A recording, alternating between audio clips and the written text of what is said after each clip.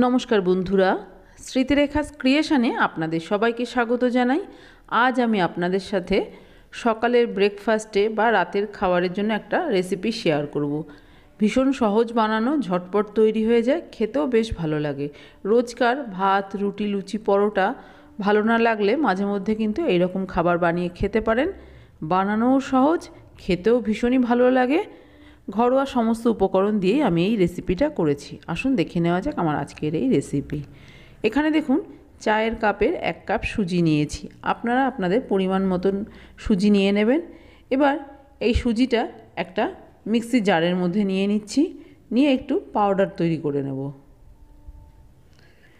আপনি সরু মোটা যেরকম সুজি নেবেন সেটাই একটু পাউডার তৈরি করে নেবেন। পাউডার রেডি হয়ে গেছে। এবার একটা বড় বাটি নিয়েছি, বাটির মধ্যে সুজিটা ঢেলে নিলাম।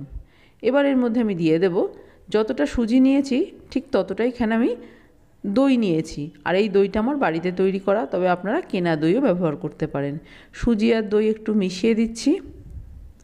এবার এর মধ্যে দিয়ে দিচ্ছি জল। জল দিয়ে ভালো করে নেড়েচেড়ে মিশিয়ে দেব। দেখুন, নেড়েচেড়ে ভালো করে মিশিয়ে দিয়েছি। এবার ঢাকা দিয়ে 20 মিনিট মতো রেখে দেব। ততক্ষণে আমি একটা চাটনি তৈরি করে নেব। তার জন্য গ্যাসে একটা প্যান বসিয়ে দিয়ে দিলাম 1 চামচ তেল। তেলটা একটু গরম হয়ে যাওয়ার পর এখানে আমি দিয়ে দিয়েছি পেঁয়াজ। পেঁয়াজটা একটু বড় করেই কেটে নিয়েছি। পেঁয়াজটা দিয়ে কালার চেঞ্জ হওয়া পর্যন্ত একটু ভেজে নিলাম। খুব বেশি লাল করার প্রয়োজন নেই। পেঁয়াজ দিয়ে দিলাম 2টো শুকনো লঙ্কা, ঝালটা অবশ্যই নিজেদের স্বাদ অনুযায়ী দেবেন। দিয়ে দিলাম ছোলার ডাল, আদা, রসুন।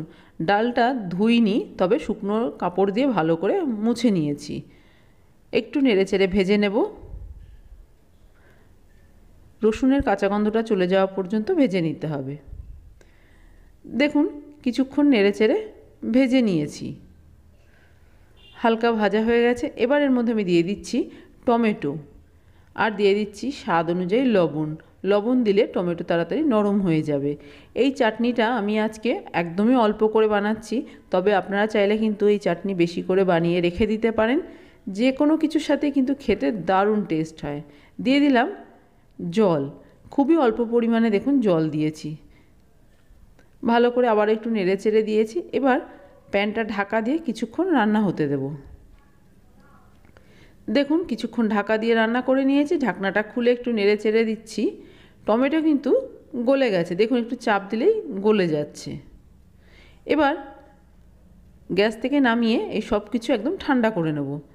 এদিকে দেখে নিচ্ছি সুজিটা কি অবস্থায় আছে। দেখুন, সুজি কিন্তু বেশ অনেকটাই ফুলে গেছে। একটু নেড়েচেড়ে নিলাম। এবার এর মধ্যে দিয়ে দিচ্ছি স্বাদ অনুযায়ী লবণ, সামান্য একটু চিনি দিচ্ছি, টক স্বাদটা ব্যালেন্স করবে। আর দিয়ে দিলাম কিছুটা জল। সব কিছু খুব ভালো করে মিশিয়ে নিলাম।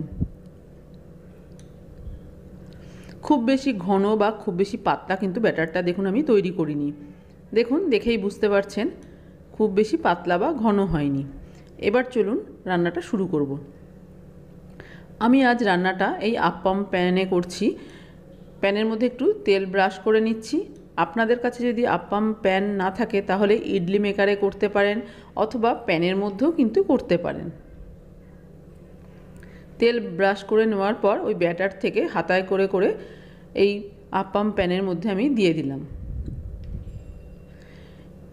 এবার ওপর থেকে দিয়ে দেব একটু পেঁয়াজ কুচি। এগুলো কিন্তু অপশনাল, তবে দেখতে ভীষণই ভালো লাগবে, খেতেও খুবই ভালো লাগবে। দিয়ে দিচ্ছি গ্রেট করা গাজর।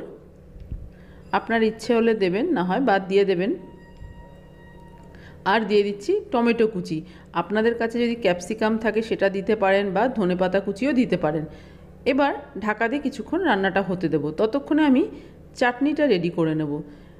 আবারও একটা মিক্সির জার নিয়েছি, তার মধ্যে দিয়ে দিচ্ছি চাটনির সব উপকরণ। সম্পূর্ণ ঠান্ডা হয়ে যাওয়ার পরেই কিন্তু মিক্সিতে পেস্ট করবেন। দেখুন, পেস্ট করে নিয়েছি, কোনো রকম কিন্তু জলের ব্যবহার করিনি। একটা বাটির মধ্যে সম্পূর্ণ পেস্টটা ঢেলে নিচ্ছি। দেখুন, পেস্টটা একটা বাটির মধ্যে ঢেলে নিয়েছি। এবার একটা তড়কা তৈরি করতে হবে। তার জন্য গ্যাসে একটা তড়কা প্যান বসিয়ে নিয়েছি। আপনারা কিন্তু সুজির ব্যাটারটা এই তড়কা প্যানের মধ্যে দিয়েও তৈরি করতে পারেন, সেটাও কিন্তু দেখতে বেশ ভালো লাগবে। একটু তেল গরম করে এর মধ্যে দিয়ে দিলাম সর্ষে, কারি পাতা, এবার দিয়ে দিচ্ছি হিং, আর দিয়ে দিচ্ছি কাশ্মীরি লাল লঙ্কার গুঁড়ো। হিং এবং কাশ্মীরি লাল লঙ্কার গুঁড়ো কিন্তু অপশনাল। একটু নেড়ে চেড়ে নিয়েছি।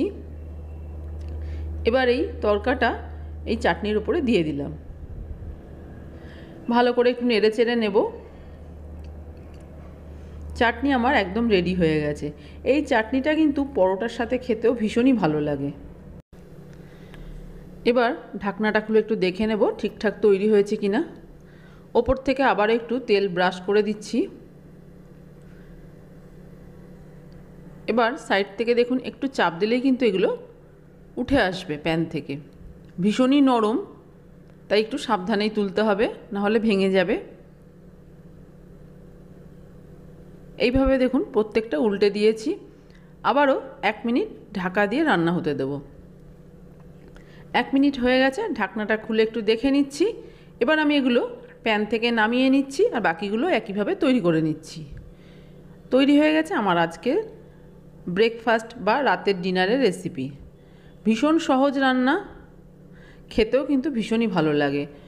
খুব চটপট তৈরি হয়ে যায়। আর একরকম খাবার খেতে ভালো না লাগলে মাঝে মধ্যে কিন্তু এইরকম তৈরি করে খেতে পারেন।